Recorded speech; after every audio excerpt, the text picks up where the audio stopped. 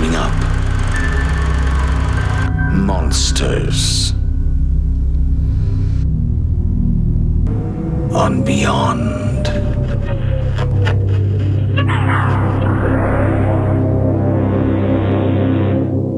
Since the time when humanity huddled together through the long, dark nights in the relative safety of a cave, watching the firelight dance on the walls, forming strange, shadowy shapes, there has always been a sort of comfort from a sense of collective safe fear.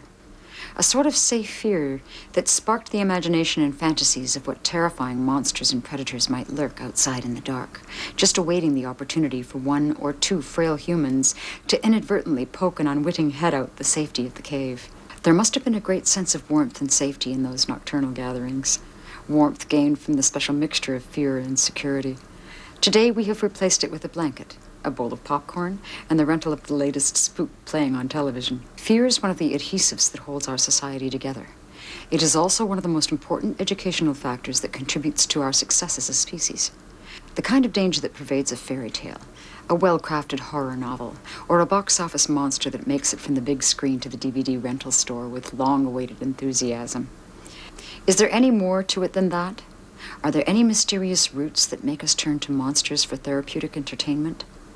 Are any of these monsters real? For the answers to that, we will need to seek suspects in the dim shadows outside of the warmth and safety of our caves as we go in search of the dangerous shadows beyond.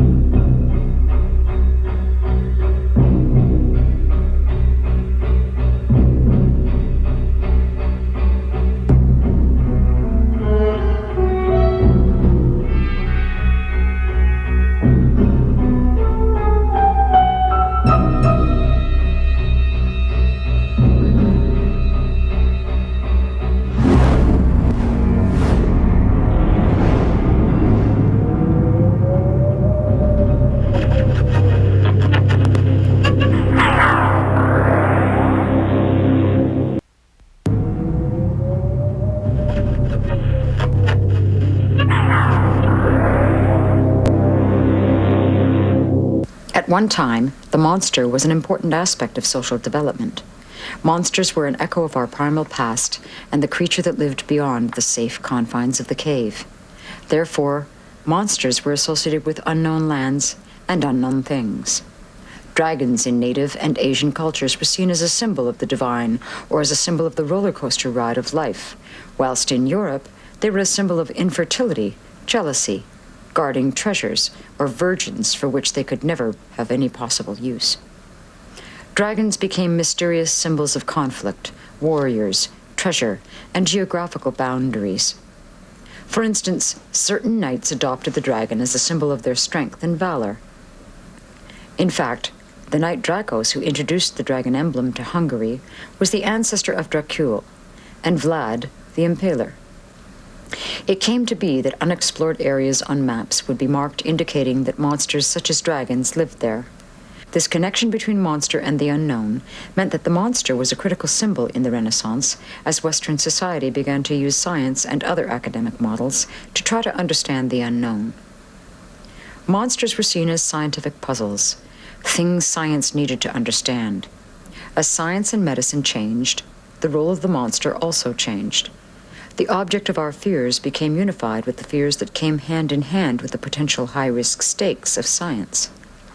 Notable examples include the two great scientific self-destructive stories of Dr. Jekyll and Mr. Hyde and Frankenstein. Interestingly enough, Jekyll and Hyde was the first overtly psychological story to place the monster within. Fairy tales also expressed some very interesting monsters, usually cautionary tales, such as don't accept shiny red apples from strangers, stay away from gingerbread houses. But some tales were highly sophisticated, such as Beauty and the Beast, which lays out the formula for a young girl who is mature enough to leave her daddy's paternal love, and how not to misconstrue the beast of love with the beauty of Prince Charming's true love. Things are not as they seem, and there is no conflict between the two loves in a healthy environment. Traces of this cautionary involvement between us and our monsters even make it into philosophy.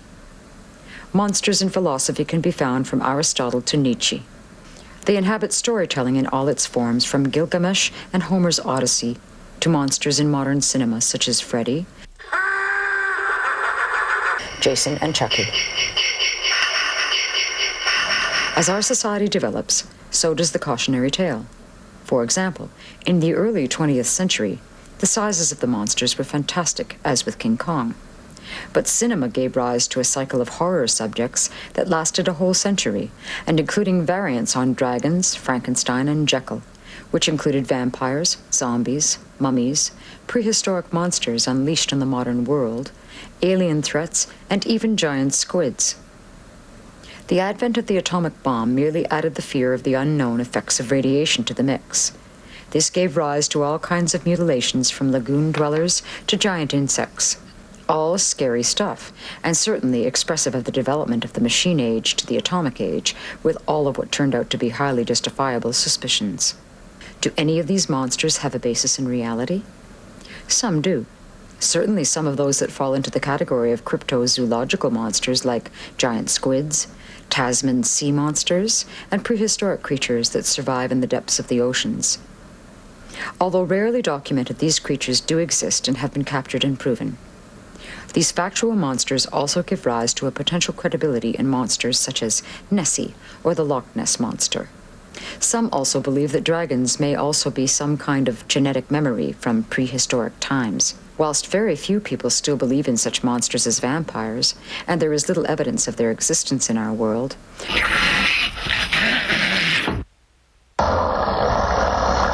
there has been recent proof of zombies who are victims of death-inducing drugs that have been administered by voodoo priests who seek to own a force of herbally lobotomized slaves.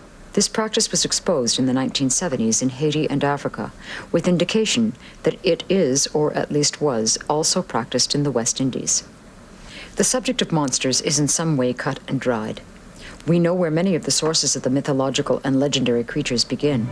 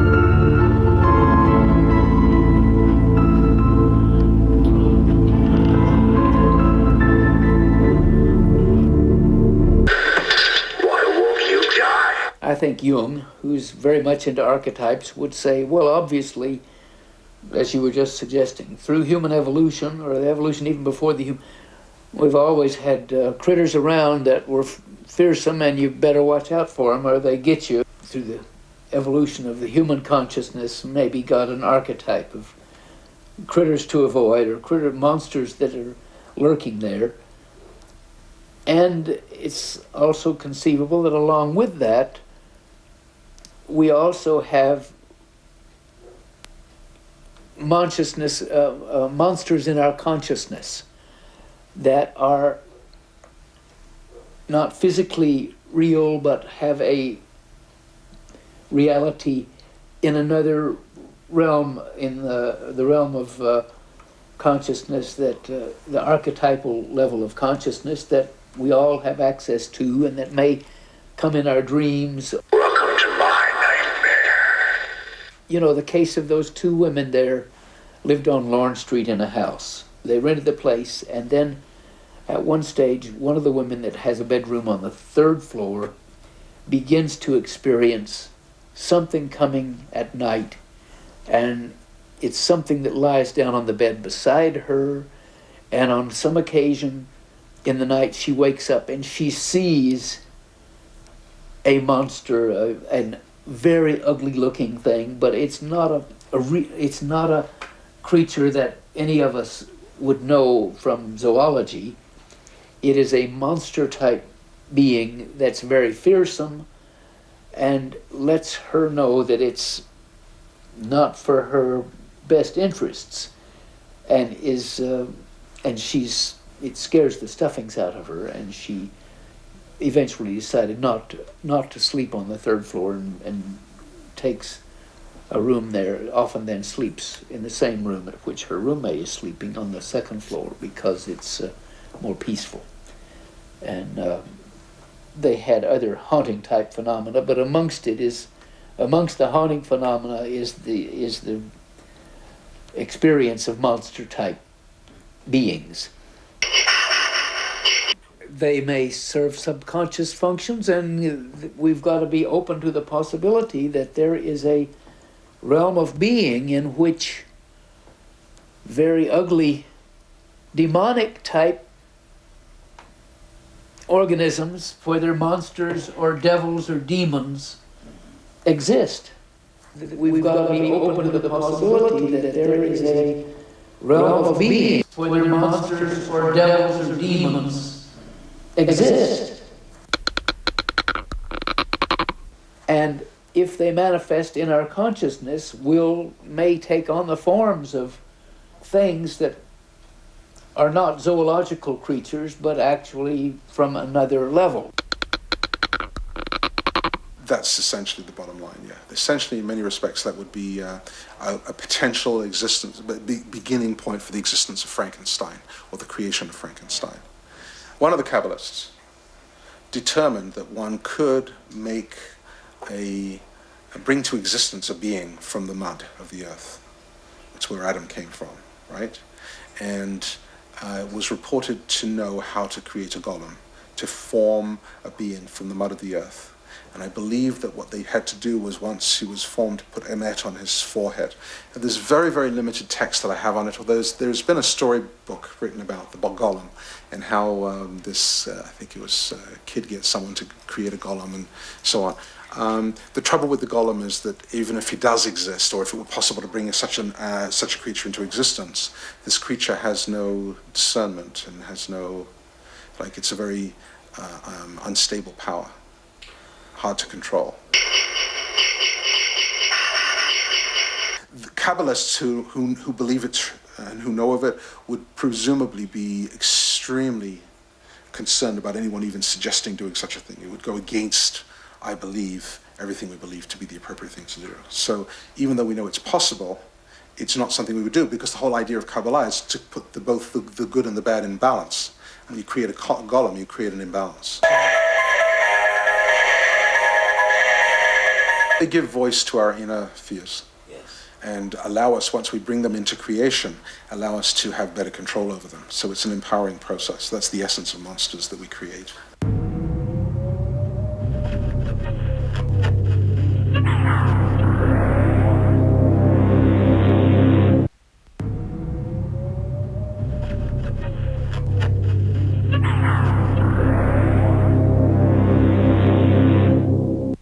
We have also found in our investigations good evidence for the existence of the Rougarou or the werewolf.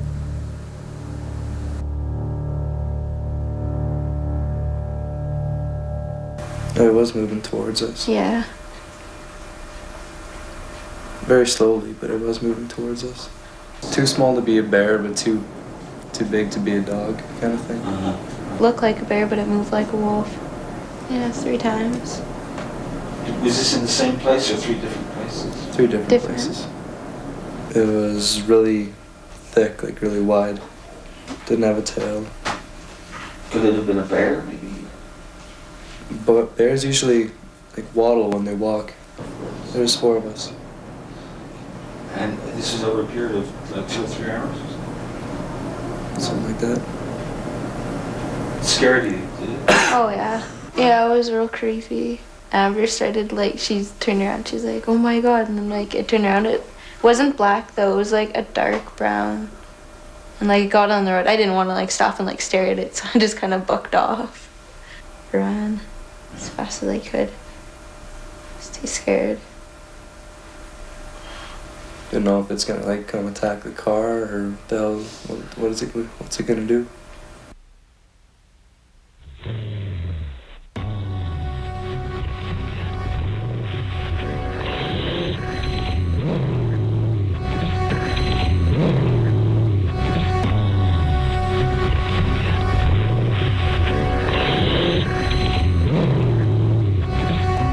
Get the gun.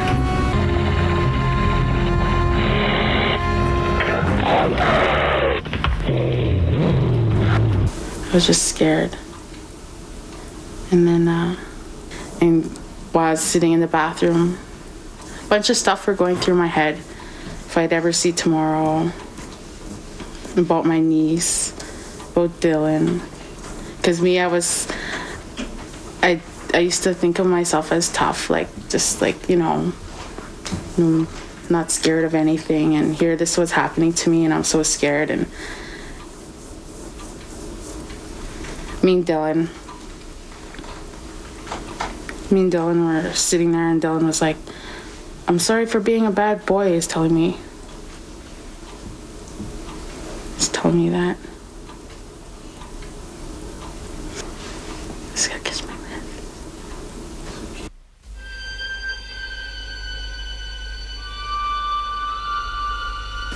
I try to think of what it could be. What could be that tall? The growl, I can never forget that growl. Scraping on the side of the house there.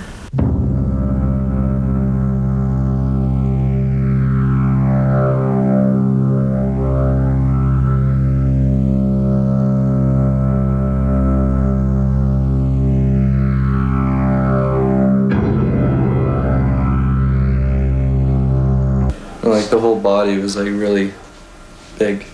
I shot it off the deck, where the deck was. Where I pushed the dog to. It was standing there, and there was the stairs. That's the stairs to come up on, and I shot it point blank range, and I shot it at point blank range, and I shot it right off the deck. And what did you shoot it with? 410 shotgun. So that was a pretty definitive. Yes. That was dead then. Well, I assumed it was. I went to go look. It was gone. We had 2 other dogs outside, and they did not bark or anything. It wasn't until after.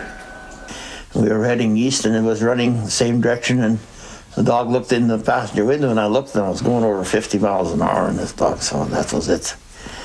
I just pedaled it and gone. Is it possible for a dog to run at that speed? No.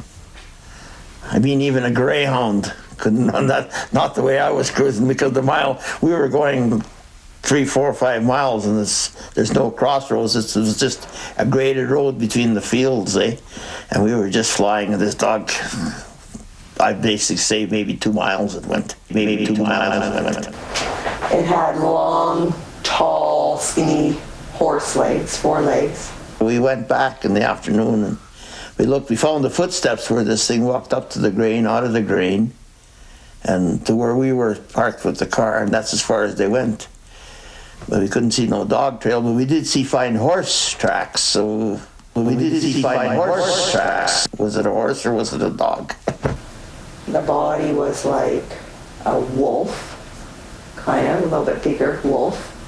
And its face, because it was a side view, it was like running across, so the side view was like pointy, like a pointy, wolfy snout.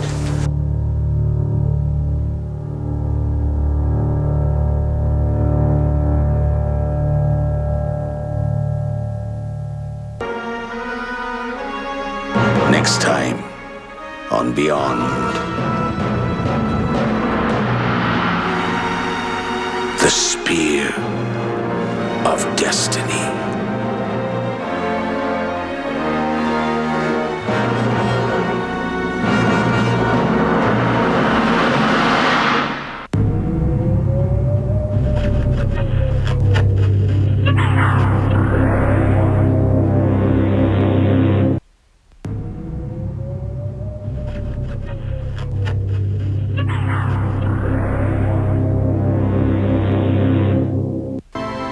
In this fourth season of Beyond, we will examine some of the major myths and legends of the paranormal,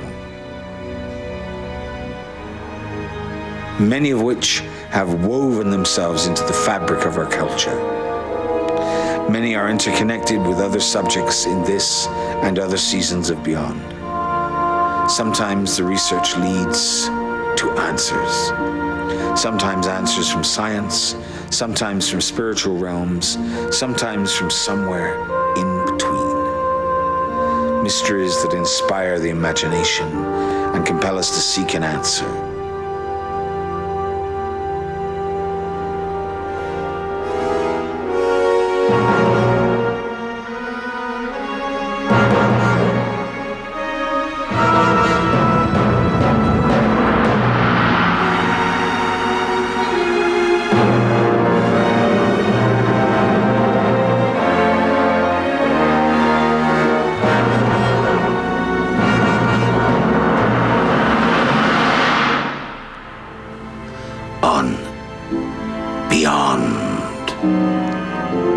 So here we sit in our safe and comfortable caves, enjoying the safe and comfortable fear that comes with thoughts of monsters, most of which are fictional.